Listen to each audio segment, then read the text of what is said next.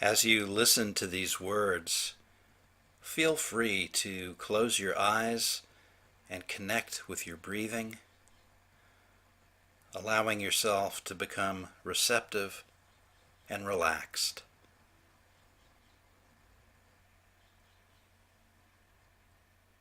And what I'd like to talk about is 5 meditation challenges. 5 challenges that happen during meditation for everyone. And if you were to do a strengths, weaknesses, opportunities, and threats analysis of your meditation practice, under weaknesses and threats, you might include these 5 basic challenges. They are challenges that every meditator has to deal with. In fact, failure to deal successfully with these 5 challenges often leads people to abandon their practice entirely, never to meditate again.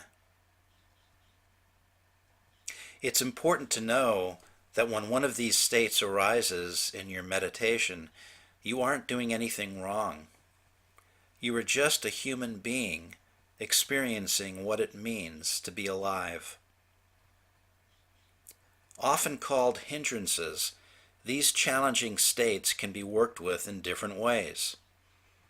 But the key thing to know is that they are a part of every meditator's practice, are perfectly normal, and can teach you a lot about yourself and about life.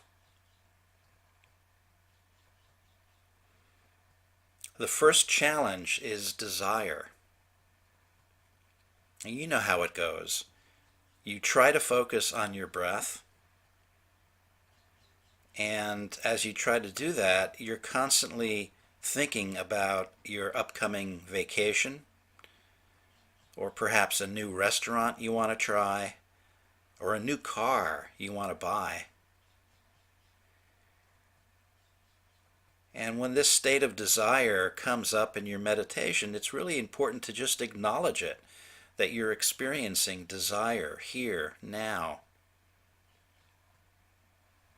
Notice what kinds of desires keep coming up in your practice.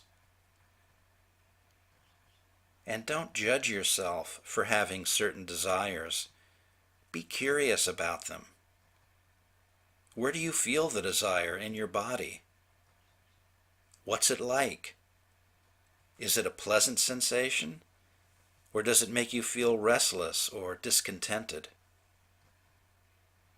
When we start building a more conscious and objective relationship to our desires, we aren't as controlled by them as before. The second hindrance is called ill will or anger. Now, anger is a frequent experience during meditation. And in addition to outright rage, there are more subtle types of aversion that can manifest.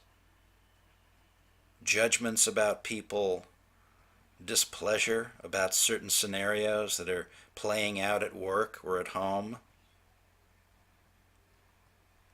Notice where the anger tends to be directed. Watch for the patterns to your anger. Again, bring your body into your investigation. Where do you feel the anger? What's the texture, the weight, the temperature of the anger? Is the sensation of anger pleasant, or is it unpleasant? In being mindful of anger, you'll learn a lot about your heart and the places where you may be wounded.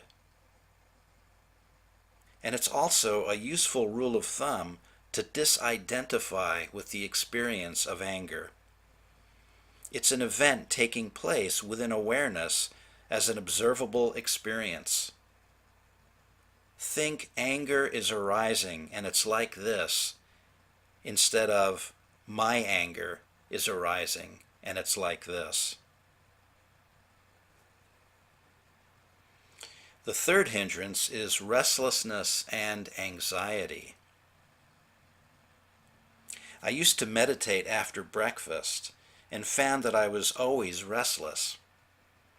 It took me a while to realize that I was restless because I had had caffeine in the morning before my meditation. As a result of this understanding, I stopped meditating with caffeine in my system. It's good to pay attention to what conditions in your life may be contributing to you feeling restless or anxious. Restlessness and anxiety are very difficult mind-body states to be with. And while it's not a lot of fun to be with them, allowing them space in your awareness will give you important insight into what might be driving you.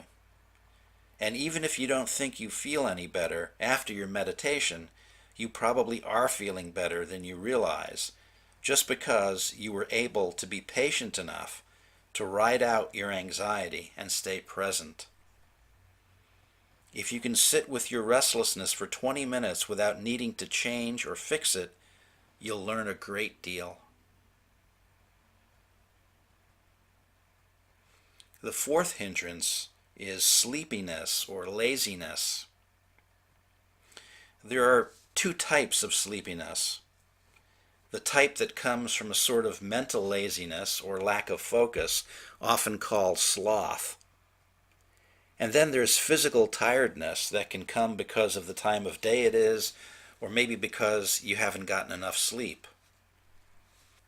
A great way of working with sleepiness is to stand up and do your breathing.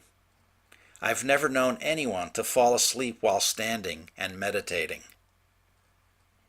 Sleepiness is sometimes a sign that you need to get more sleep. And sometimes it's a sign that you are resisting being present with yourself during meditation, and your mind is withdrawn into dullness as a defense. It just depends on what's going on. Being curious about your sleepiness, as well as about any of these other states, is very helpful. The fifth hindrance is doubt. Why am I even doing this practice? What good is it for me? I don't seem to be making much progress. I'm not really sure how to proceed anyway. These are all expressions one might encounter when one experiences the hindrance of doubt. Doubt in meditation is really a form of confusion. The key here is to not believe your doubt. Be curious about your doubt. Is it possible to sit with your doubt and see what happens? One thing's for sure. If you sit with your doubt for long enough, it will change. And when doubt changes, it often gives way to a greater clarity and focus. So those are the 5 hindrances that we will encounter in practice and that we can work with in practice. Now, the word hindrance is actually not a very good one in some ways. It implies that these challenges hinder the arising of positive states of mind, like concentration, joy, and so on. That is certainly one way of looking at them. But the other way of looking at the hindrances is that when a hindrance arises, it becomes your practice to be with it. So if you're focusing on your breath, but your body is terribly restless and in distress, then what you become aware of is the restlessness and distress. Rather than pushing those states away, you open to them, allow them without judging yourself, and then you let yourself become curious about them. When a hindrance keeps arising, there's a lot it can teach us. Ironically, as we open to these difficult states, they often even out, soften, or disappear entirely. Sometimes the reverse happens, and anxiety, for example, gets worse as we bring our attention to it. This is why it's so important to keep using your breath as a home base for your attention and a support for you. We don't have to abandon the breath to be aware of a hindrance. It's more of a foreground and background thing. As a hindrance becomes our object of focus, the breath eases into the background of our attention. But as the hindrance becomes too difficult to be with in any moment, we bring the breath back into the foreground of our attention, letting the hindrance recede a bit into the background as we collect and stabilize the mind with the breath. A flexible approach is best when determining how to work with a hindrance. With practice, you learn to trust your intuition about how best to respond. Ultimately, I have found it very helpful to have a welcoming attitude towards hindrances when they show up, knowing that they can teach me much about my heart and mind. Or, as an old saw has it, if it's in the way, it is the way.